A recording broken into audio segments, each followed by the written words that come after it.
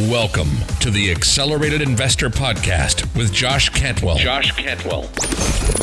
If you love entrepreneurship and investing in real estate, then you are in the right place. Josh is the CEO of Freeland Ventures Real Estate Private Equity and has personally invested in well over 500 properties all across the country. He's also made hundreds of private lender loans and owns over 1,000 units of apartments. Josh is an expert at raising private money for deals, and he prides himself on never having had a boss in his entire adult life. Josh and his team also mentor investors and entrepreneurs from all over the world. He doesn't dream about doing deals. He actually does them, and so do his listeners and students. Now sit back, listen, learn, and accelerate your business, your life, and your investing with the Accelerated Investor Podcast. So, hey, welcome back to the Accelerated Investor Podcast. I appreciate you being with us today. I'm really excited to be with you and share some more ideas and strategies about investing in real estate, just advancing your entrepreneurial journey, being more successful, and being a bigger, better version of yourself. So whether you're catching this in the gym or out on a walk or in your car, I want to congratulate you for taking the time out, for being here, whether you're catching this on YouTube and you're watching. Thanks for being here. And as you know, I love to do interviews and episodes basically for my own self-advancement, my own self-reasons, and love to have guests and friends and family and different people who have impacts in my businesses or in my life on the show, and kind of learn more about them and what they're doing, and then hopefully pass all of that information along to you to help you advance in your journey. Today, my guest is Tyler Brummett. He is the Vice President of Business Development for Freeland Ventures for our private equity fund. And Tyler has an amazing short, because he's very young, but a really amazing journey that he's already begun. So Tyler already owns 40 investment properties. He's a very successful mortgage banker for Quicken Loans. It was there for 6 or 7 years, ran one of their best sales teams and sales units, and was responsible for recruiting, retaining, and training a massive unit of bankers and business development people at Quicken Loans.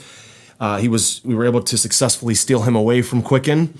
And Tyler's been basically running 2 businesses, if not more. We'll learn more about him as we go. But his business at Quicken Loans of building their mortgage team, and then also his business of actually investing and flipping properties.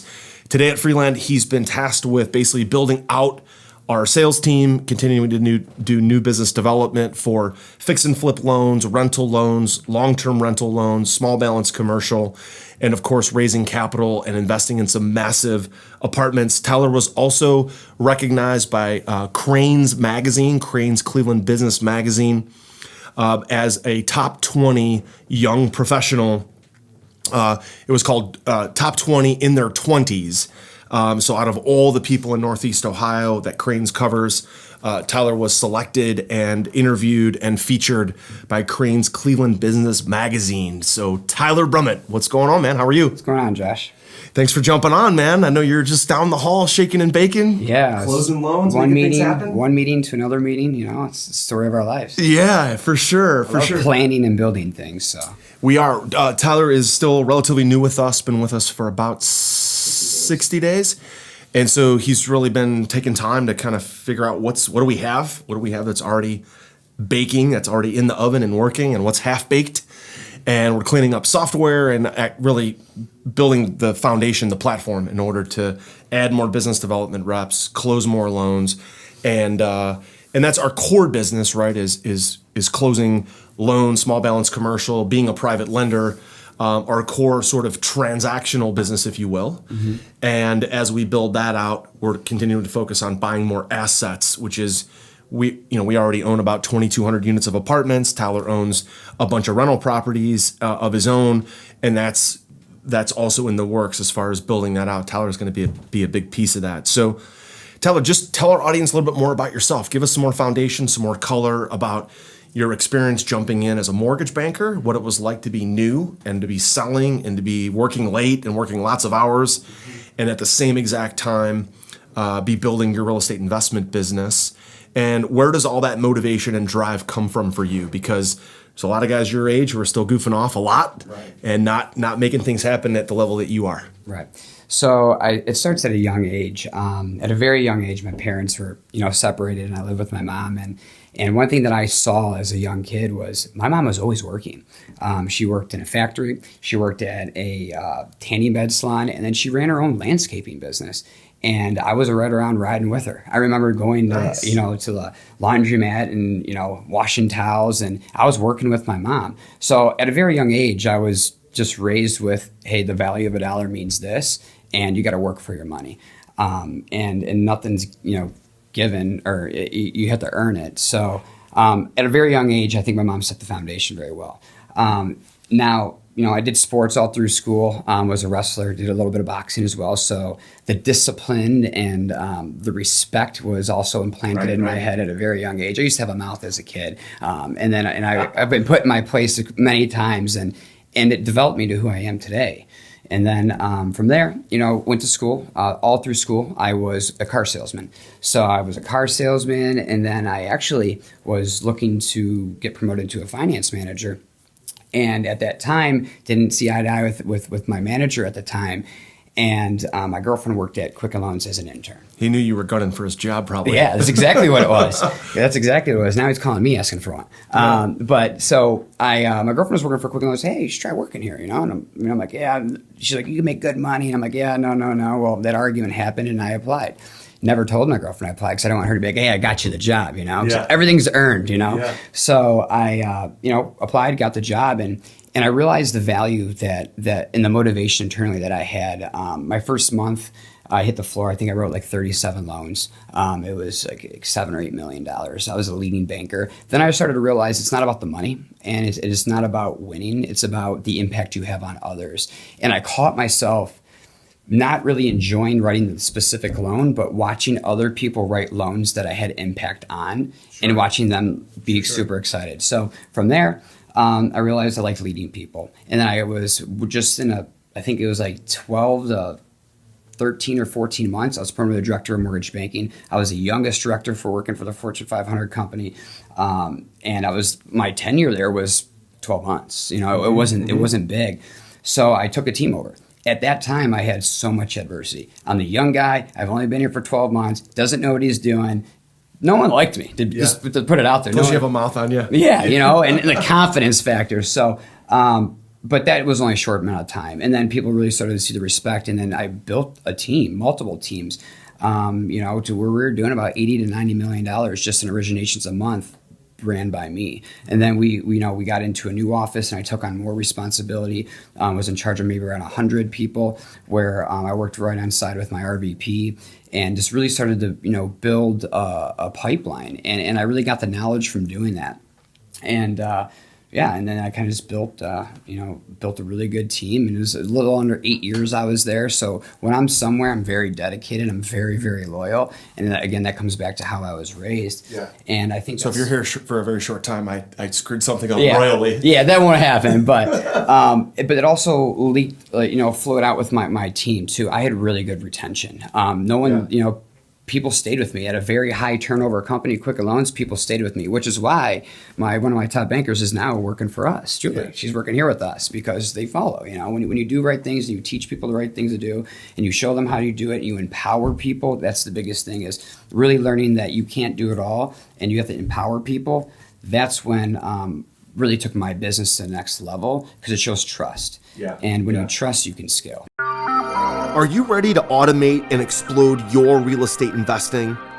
We're searching for extremely motivated individuals who are sick and tired of wasting time and want to finally see real results from their real estate investing business.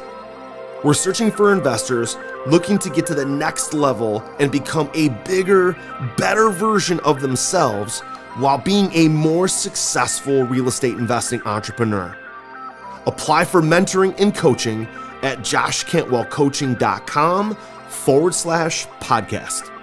That's joshcantwellcoaching.com quickloans.com/podcast. Business is all about people, right? It's all about, we say it all the time, the business of business is people. Absolutely. That's the only way. I mean, there's certainly businesses that run with robots, but most businesses don't. Not yet. Exactly. When robots can write loans and invest in real estate, we'll all be out of a job and we'll be working for the robots. But so all while you're doing that, so you also started investing in real estate. So you started in mortgage lending when you were basically 20, 21 years old. Yeah. And then real estate as an investor shortly after that. First of all, for those people that think like they don't have enough time to do multiple things, talk a little bit to that. Like, how do you make time? How do you plan to make time to have a successful mortgage banking career, doing really well at a very young age, and investing in real estate? So start with that. Like, how did you think, like, I got to make time in addition to banking to start doing some of my own deals? Yeah, so I think it comes down to getting out of your own way and realizing you can't do everything on your own unless I'm a very calculated individual. I'm looking at your calendar right now, and I love that because everything's calculated out, right? Sure, yeah. So like when I wake up in the morning, from the time I'm putting my shoes on to I'm getting my coffee at the same place I buy it every morning, to getting into work, to literally everything is scheduled out of my day, to pick up my dry cleaning, to do grocery shopping, to remind me to call my mom during the day, right? Yeah. Everything I do is calculated, right? So that's my youngness coming out a little bit there. Sure, but, yeah. I talk to my mom all the time too, man. Right. So I'm considered an old man now. I'm 43 with gray hair. I still talk to mom like probably 5 to 7 times a week. Yeah. Right. So how did I start investing in real estate, and how did I find time to do it is I did this exercise with my team, and they're all, when you're new at anything, it's always you're overwhelmed. You have so much pressure, and you just feel like there's not enough time in the day. And I've been there millions of times. I'm actually there right now, right? It happens all the time, and I love it. And I realized I love that. But then I started to run this exercise where I had my entire team for 12 hours that we're at work, every 30 to 40 minutes, write down what they're doing, right? So then at the end of the day, they realized what they were doing throughout the day they could do it all in about 3 to 4 hours. But it was how they were organizing their day. It was how long it was taking them to do things. And a lot of the time they thought they were actually working and doing stuff when they were just working on the same thing, when you could have pivoted and moved on to something else and then came back to that task later. Right. So after I figured out how to maximize my days, then I found myself at the end of the day being like, all right, it's like 5, 6 o'clock, I got some time. And then I'm like, my girlfriend was like, we should probably buy a house. Like you're giving loans to people, but you don't even own a house. So I was like, no, I'm not ready for that. But then I bought a house. Right. I was so excited about this house in Lakewood, a little suburb of Cleveland here. And I remember it clearly. Bought this house, and I want to say I'm an emotional buyer, but I buy on the spot. And I know when I see something I know I want it, I go and do it. And my girlfriend's the complete opposite. She was actually the emotional buyer on this house, and I was the one that didn't want to buy it. I'm like, whatever, we'll go ahead and buy it. So bought this house. We're getting ready to move in. Everything's going well. Picked up the keys from not the real estate agent, the owner of the property, which happened to be an attorney as well. So you can trust this guy, I thought. Well, he's like, yes, you just sign this piece of paper, which will, allow me to release the keys. No problem. Sign the piece of paper. At this time, I moved from downtown, and I moved to my girlfriend's apartment because we had all of our stuff there. Got our moving trucks. Whole family's getting excited. And I'm like, yeah, we're moving to our first house. This is probably about 6-7 years ago. And I pull in the driveway. The driveway's full of cars. I'm like, what's going on here? There's a picnic in the backyard. I'm like, what is going on? Well, it was a duplex. Both units were occupied by tenants. And that piece of paper that I signed was saying that I was inheriting those leases, when in fact, during the purchase agreement, the owner was supposed to get the tenants out and take responsibility for that. So now we have no place to live besides the box truck that had all of our stuff in it.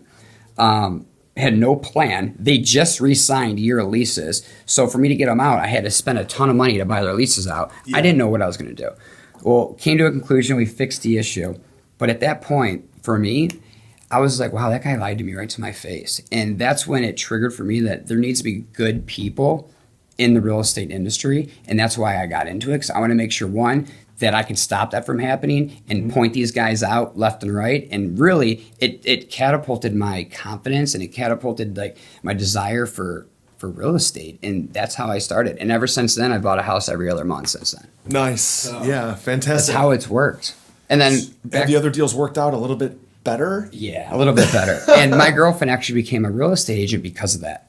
Okay, so it's like a real little like a dual, type of thing. So, yeah, I mean, there's always issues with deals. I mean, you know that, Josh. But that was one where I literally had to park the truck and I sat on the curb. I'm like, I am homeless for the first time in my life. I am literally homeless, and I had to get an Airbnb and all that type of stuff. But for a week, I was like, couch surfing, and like it was living out, having like one suitcase with 2 suits in it, and it was a joke, but it was also it taught me a lot. Sure, adversity is where you learn the most, right? Exactly. So tell us a little bit more about your sort of money-making strategy in real estate now. Are you primarily like a buy and hold investor? Are you flipping some properties? Yeah.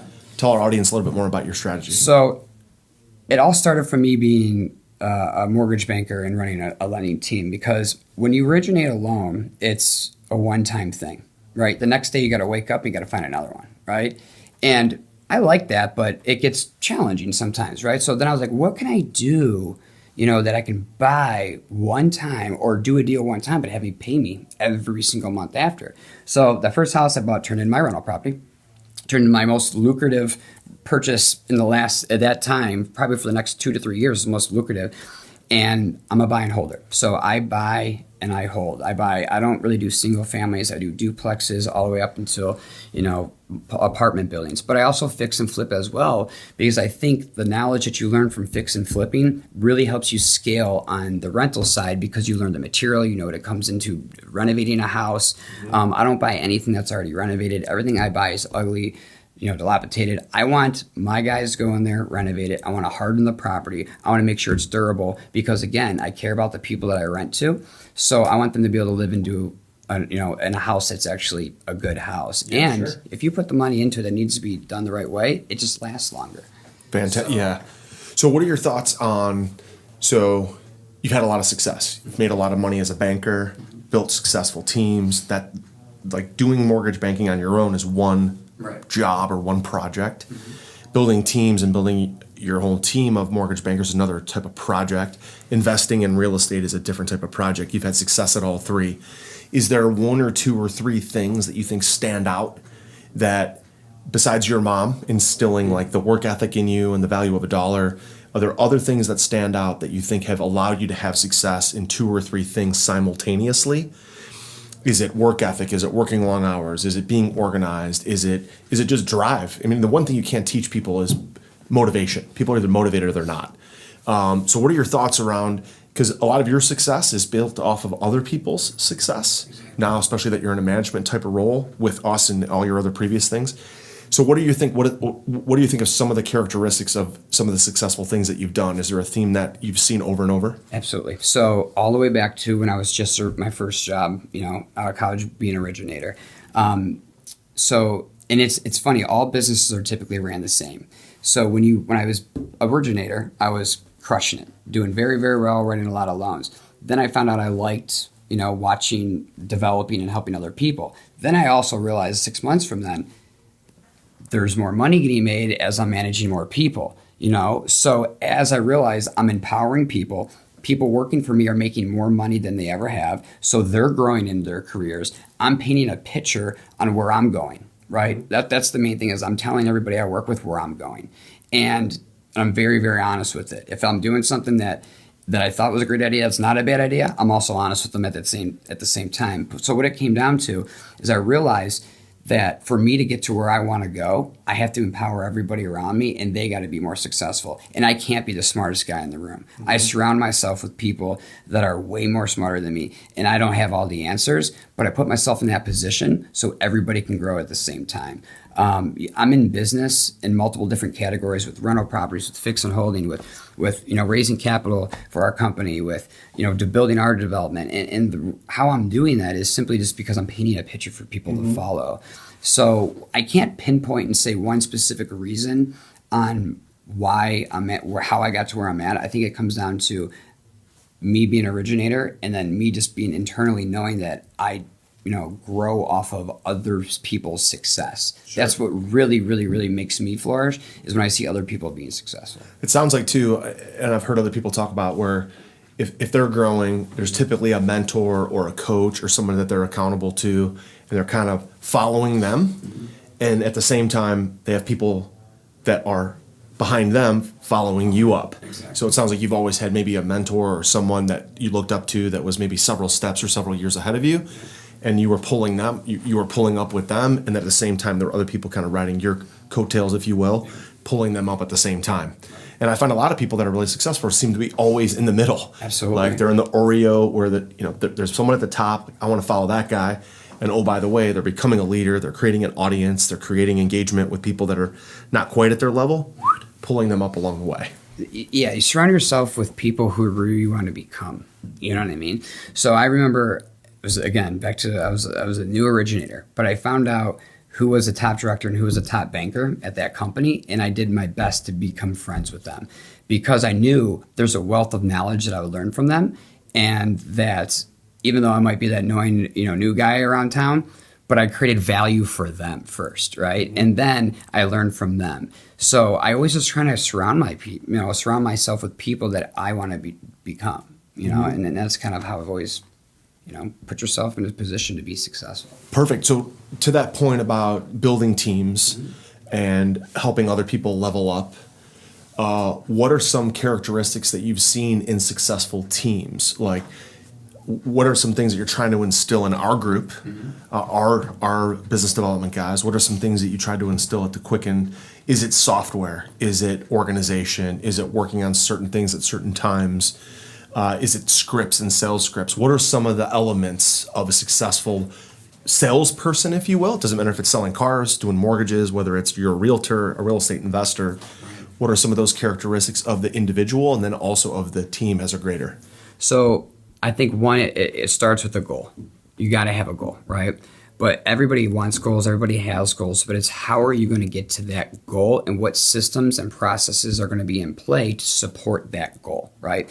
If I, woke up tomorrow and said, hey, I want to go buy 5,000 apartments, that's a great goal, but how am I going to do that? When am I going to do it? What's it going to look like? But more importantly, what are the challenges? Let's attack those challenges first and not be distracted, the term you say all the time, by shiny, bright objects, right? Mm-hmm. You really got to pinpoint what the flaws are first. And then really successful teams and companies come from empowering people. And what I mean by that is we don't know what the people we work with can actually do or what they're capable of until we allow them to do it, right? And then if they need guidance or help, but if you set a clear direction on where you're going, you'll be surprised how many people can do stuff that you never thought they could really do. Yeah. And that was, once I learned that, where I'm like, oh, there's no way this guy will be able to do that. But I'm like, let me empower him and do it. And he does it 10 times better than me. That's building a team, right? And then you realize when everybody has ownership, you feel like you have a purpose. You're owning something that's valuable and you're creating value.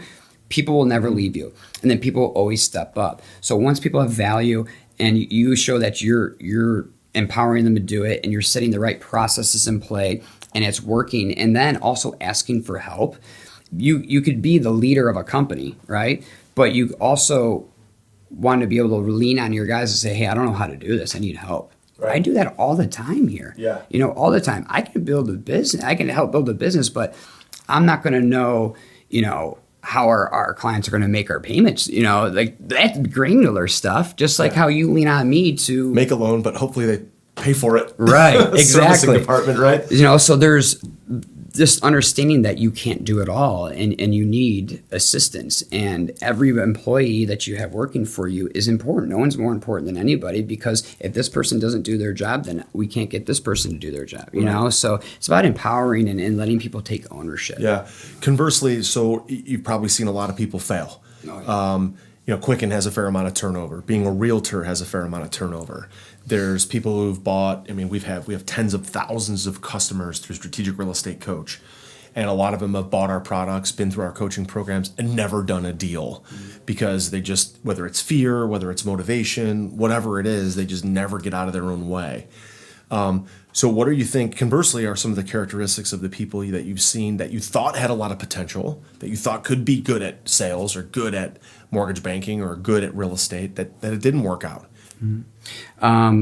So you're never going to be successful until you fail more than you've been successful. Like I've known that. And it wasn't all, rainbows and butterflies at QL. Like I've made more mistakes than anybody there. And I've had a lot of conversations, and there's been a lot of accountability conversations, but it's developed who I am today.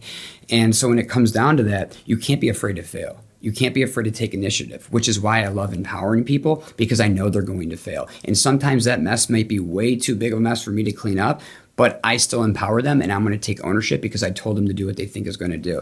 So when it comes down to it, it's just, you got to be okay with failing, and you got to know that you're going to fail way more than you're going to be successful. But as long as you have that common denominator, which is I'm going to do whatever I can to get myself out of this, or I'm going to do whatever I can to be successful, then failure is just a byproduct of being successful. Yeah, failure is just, at the end of the day, it's quitting. And if you just keep moving, even if you're failing, you never quit, then you never fail. Right. Quitting and failure goes hand in hand. And if you just, even if you've had a setback, you can learn a lot from setbacks. And the only way that setbacks becomes a loss or a losing situation is if it allows you to get out of the game entirely. And ownership to it, right? And if you mess up or you did something that didn't work out, owning it. And what I mean by owning it is actually physically saying, that's my bad, I messed up. Because then internally you're saying, all right, I got it out. Then you just pivot and you move on, right? But if you just say, I didn't do that, or if someone would have done that, that's just neglecting and deflecting, and it can't happen. Yeah. In Ray Dalio's book, I don't know if you've read it yet, Principles. It's an amazing book, right?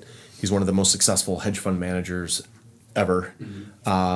He worked with Tony Robbins, and he's been on a ton of podcasts that I listen to. Amazing book. But his main principle that I thought really resonated with me was, he almost got wiped out like 20 times.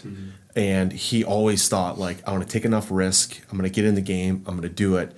But I've got to do it to the point where I just have to keep my head above water where I don't get wiped out. I'm always in the game as long as I don't get completely wiped out. Even if I'm down to my last dollar, at least I've got $1 left. I can relate to that so much. Yeah, because how many times you think like, man, things are going good, things are going good, things are going good. Oh shit, things are going backwards. Right. But I'm not out of the game. Then it's like, oh, things are going good. I'm building a new team, or I'm building a new business. Oh shit, here, new problem. You almost get knocked out of the game. So as long as you don't get knocked out of the game, you can always get back in, rebuild. I mean, we've done that. I mean, I've been an entrepreneur all my life. I've never had a boss, and I've almost gotten wiped out about 7 times. Right. And the reason why you didn't get wiped out is because you just didn't let yourself be wiped out. And that's a great point. So, like, when it comes to failing is like a giving up, right? But when you say keep your head above the water, that means because you know that if you got knocked down, you're still going to push yourself, right? You're going to get yourself out of that. That's the difference, right? And when you say, like, you've been down to your last dollar, like, I can relate to that, because my biggest pivotal time, I think, when I owning my own business, and we have a couple $1 million right now that we're always, and I would say holdings. Sometimes it's up, sometimes it's down, but one time I could really look back and really hit diversity is I had a bunch of flips going on at one time, and they're all going smooth. And the guys that I was empowering to grow with me, I empowered them so much that I empowered them to start their own businesses, right? Sure. So I was like, oh gosh. And I remember like talking to my girlfriend after the fact, being like, I had $10 to my name. I had a bunch of money out in real estate, like $10 down into my bank account. Like I was like, freaking out. Pretty illiquid. Yeah. Then the next 30 to 45 days was the most money I think I've ever made in my entire life. It was just like boom, boom, boom. And in the back of my mind, I knew it was going to be okay. But I knew I had to risk it all to get to where I wanted to go, because I wasn't necessarily risking it all, because I'm still betting on myself. And I'll bet on myself 100% of the time. Yeah. So when you say like you're down to last dollar, you risked it. Like I've been there, and it feels so good to go down and then rip right back up, because now you can take that hit going down so much better. My newest and most powerful real estate investing book, The Flip System, is now available. And for a limited time, you can grab your free copy at getflipsystem.com/podcast. Using the same proven principles, secrets, and investing strategies I'm sharing in this book, I've been able to personally close over 750 highly profitable real estate deals over the last 15 years, make over 400 private lender loans, raise over $30 million of private money, and acquire over 2,000 units of apartments. Get my newest book now for free for a limited time at getflipsystem.com/podcast. That's getflipsystem.com/podcast. One of the exercises that I regularly do, so I journal almost every morning. I get up, first thing I do is coffee and start writing, because as an entrepreneur with multiple businesses and properties and apartments and lending and private equity and all this different stuff, it's nearly impossible to just get up and get to work unless you've got some sort of organization, not of my job, not of other people, but of what's in my brain, right? So a regular exercise that I have is to get up, like all my dreams are about work, good, bad, like nightmares, good things, roses and rainbows, and it's almost always about work because it's never out of my mind. And when I wake up and get down and start journaling and writing, it's just all that's in my brain, this big glob of crud is now out. And I'm like, okay, I've gotten it organized. I've basically almost like had a conversation with myself by writing it out, to the point where I'm like, now I know what's going on. I know if this deal's going to go on, if this deal's good, or that deal's good, or what I've got to raise money for this deal, or what I've got to optimize it at the lending office, or whatever.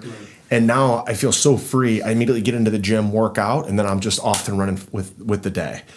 So are there any habits that you have, whether it's evenings or mornings or working out, or what are some habits outside of just working hard that you think have really allowed you to have some success? So I do a similar thing, but instead of the morning, I do it at night, in the middle of the night. I have this notebook that I've had for about 3 years now, and I keep the same one, and I write very small, and I keep the same pages because I want to keep it for a long time. And before I go to bed, anything that's on my mind, I write it. Because if I don't, I'm the type of guy where I just won't sleep. My brain just doesn't stop. It just keeps going. And I'll wake up in the middle of the night, and some of the best ideas I ever had, or something that instilled a lot of confidence in me, was I wake up out of mid-sleep and I have an idea and I write it down in the notebook, and I wake up in the morning and completely forget about it, right? But that next night I go to sleep, I open it up, I'm like, oh my gosh, that was a great idea. I don't remember writing that down. Yeah. I've developed this habit over time. Two, I put myself in positions sometimes to just completely deflect, and where I can just forget about stuff. I call it going to my happy place, right? And I do that about probably twice a week. And everybody has their own happy place, right? My happy place just happens to be by the water, right? On the boat, by the water. And if you don't have a boat and you love water, just going to walk walking down the beach, or sometimes I literally even pull up my computer at night and just play like ocean sounds and just look at it. And I don't know what it is, but I love water. And that's something just projecting yourself to be there. Right. And when you said you have like a lot of these thoughts that go in your mind, I'm a guy that has to write stuff down, because if I don't write it down, even though it might only be 2 thoughts, those 2 thoughts will swarm my mind all day, where it might me seem like you're thinking about a million things, but it's really only 2 things. Yeah, like paranoia. I get that sometime in my head. I'm like, it's in there. I've got to get it out. The only way to get it out is to write it down. Then it's there. Then you're fine. It's there. And I'm also sometimes afraid to lose a great idea, because our greatest ideas are typically when we're doing something outside of work, right? It's usually when you're either sleeping, taking a shower, hanging out with friends, just kind of in your day, kind of in your thing, whether it's on the boat, by the beach, just going for a walk, going for a jog. For me, it's in the gym. I get amazing ideas when I'm in the gym. So I've got to have some way to capture that, because if you're an idea guy, or just you have a lot of ideas floating around, it's got to come out. So you've got to have a system for that, whether it's just taking notes in your phone and then just looking back at it or writing it down. Capture it. A lot of our best ideas come at the most inopportune times. It's amazing how many ideas I get when I'm with my family at Disney, and that I don't have like the capacity to stop and go write that down. Forget this. I'm just having fun, right? When you're having fun, like the fun, the joy of the movement, the physical movement, hanging out with my wife and kids, and all of a sudden, like then a work idea pops in. I'm like, oh my God, Lisa, I had a great idea. Right. Got to write it down. So awesome, man. So Tyler, as we kind of wrap up here, and a couple more questions. So just tell us what you think your future looks like. What you're in the late 20s. Just forecast yourself through the end of your 30s, right? Okay. What do you think the next 10 years holds for you? You've gotten 8 years kind of under your belt, have a lot of success. You've had a lot of impact on a lot of people at a very young age. And you're just really scratching the surface still, just getting going. Yeah. So I know where I'm going to go, and where my vision is. And what is that? What do you mean? So Where I see myself in 10 years is I'll be 39 by that time. Hopefully we're playing golf, daily at that time. Yeah. But no, my vision has always been, it's been pretty clear, is that I want to build a lending company and just a full service real estate company. When you think of when you think of a hamburger, you think of McDonald's, right? When you think of a house or real estate or lending, I want it to be Freeland Ventures, right? That's just what it is. So, or whatever, the names may change, but in 10 years, I picture myself sitting back and providing so many job opportunities for so many people. Everybody I know, I want to have some kind of position where they're going to be taken care of. And just really impacting communities in cities and stuff like that, which I've already started impacting certain areas in west side of Cleveland where I've completely changed streets that were not the best of streets, that didn't even have street lights on them. But after I impacted and I bought a bunch of houses, renovated it, now the streets have street lights on them, and people are living there, and it's now becoming a great community. So I don't plan on stopping that. I plan on doing that more globally, though, not just in Cleveland. I plan on doing that everywhere. And then, again, just running a full service, multi-million-dollar real estate company is what I want to do. Awesome. And it takes a unique person that wants to do that. Some people are like, I want to be on a beach the rest of my life and make, selling coconuts. I love real estate. Yeah. And I realized I'm obsessed with it when I was doing lending, and I'm working 12 to 15 hours a day. And then I'm going home from 9 to 1 o'clock in the morning, and I'm doing real estate. You got to be kind of a little crazy to do something like that, Sure. And that's where I think it came from is work's not work when you love what you're doing, mm-hmm. and I'm just going to follow what I love doing. And at the same time, I'm going to be successful. I'm going to make other people successful around me, and we're all going to be, successful that way. Yeah. And there's going to be challenges and stuff like that, and I'm going to learn a lot as I go. But it comes down to my end all be all is to be known as the real estate company in the industry. Fantastic. Yeah, and we have a unique team and a unique opportunity because we're a lender. We've got the debt side of the business mm-hmm. taken care of. Because we manage $30 million now, and we've got $4.1 million that we think we can go get by the end of this quarter. Mm-hmm. So that puts us close to $35 million of capital under management. The only last piece, the third leg of the stool, is finding deal flow. Right. And right now we're kind of slow rolling that. Right. We're buying some big apartment deals, and we've got mm-hmm. fix and flips and different things going on. But that's the last piece, and once we tag that on, it's game over. Game over. It's game over. It definitely is, and I know that, and that's again why I decided to, come on board and join the fund, because you got everybody between these doors, and everybody that's doing it for the same reasons. We all love what we do, and it's not a job when you do that. Yeah. So last question. So. What kind of advice would you like to pass along to our audience? We've got thousands and thousands of people that listen to this every week. We've got tens of thousands, hundreds of thousands of people that follow us. What advice would you give to them, or what advice would you give to your younger, although you are young already, younger former self? Things that you thought you did well that you would like to continue to do, or things that you wish you would have done differently? What's just some advice that you'd like to pass along? So I've been told multiple times in my life that that's not going to work. It's not going to be successful. So, respectfully, I've taken all the best advice that I've ever taken from somebody and just going and doing the complete opposite. That's literally what I've done. Nice. So if you can ask for advice from people and they'll give it to you, but in the end, do what you want to do. And don't let anybody control what you're going to do, because if you're going to fail, then you're going to fail, and there's still an opportunity to learn from that. So in the end, just figure out what you really love to do. And you could probably sit down for weeks, even months, and try to figure out what you love, and you might have a hard time figuring that out. It's going to come at the most random point in your life where you find something that you love to do. Mm-hmm. Like when I bought that house, it was a disaster of a situation. But if I didn't buy that house, I wouldn't have been in the situation I am today. Yeah. You know what I mean? So do what you like to do, and be open-minded, and always have the best interest of everyone else around you. And that's probably the best advice I can give. My advice I can tell somebody to do doesn't mean it's going to be the best advice for them. Because me, quite frankly, the best advice that I received, I did the complete opposite. Yeah, fantastic. Well, guys, there you have it. Another episode of Accelerated Investor. Whether you've joined us on YouTube, whether you're seeing this on Facebook, whether you've seen this in iTunes, on our website, or somewhere else. Just want to thank you for sharing. I want to thank you for putting this out to the world, sharing it on your social media platforms. Leave us a rating, leave us a review. Let us know how we did. If you've got questions for Tyler, definitely leave those right on whatever page you find this. Tyler, if any of our audience wants to touch base with you, wants to connect with you on Facebook or Instagram, or wants to inquire about getting a loan from us, getting funded, or about a real estate deal, what are some different ways that they can connect with you? Yeah, so on Instagram, I'm just tbrum23. I'm not much on Instagram, a little bit, but if you can find me on there. My email is tbrummett@freelandventures.com. And that's probably the two best points to kind of get a hold of me on. Yeah. And then I'm on Facebook, on Facebook as well, and not on Twitter, but obviously those are probably the best. Yeah. Visit our website, freelandlending.com. Call the office, 855-477-8855. And, Tyler and his business development guys are going to work with you, get you funded.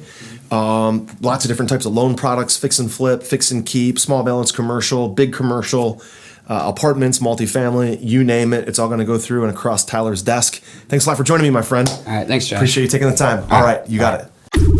You've been listening to Josh Cantwell and the Accelerated Investor Podcast. Leave a comment on our iTunes channel and let us know what you want to learn next or who you'd like Josh to interview. While you're there, give us a 5-star rating and make sure to subscribe so you can be the first to hear new episodes. Follow Josh Cantwell and his companies, Strategic Real Estate Coach and Freeland Ventures, on all social media platforms now, and stay up to date on new training and investment opportunities. To start your journey toward the lifestyle you've always dreamed of, apply for coaching at joshcantwellcoaching.com.